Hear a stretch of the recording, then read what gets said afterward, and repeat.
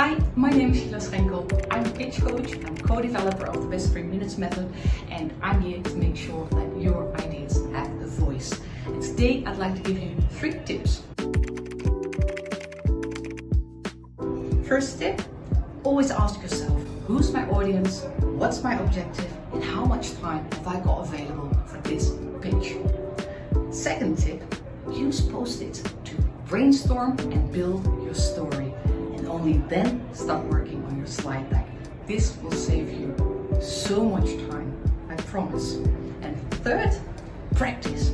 Practice out loud, again and again and again. Because written language is so different from spoken language. And the more you practice, the more confident you'll get, and the more you can be yourself. And I wish you best of luck with your next pitch. Thank you.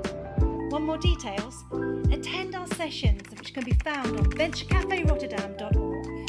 Oh, and don't forget to like and subscribe for more entrepreneurial tips. See you in the next video.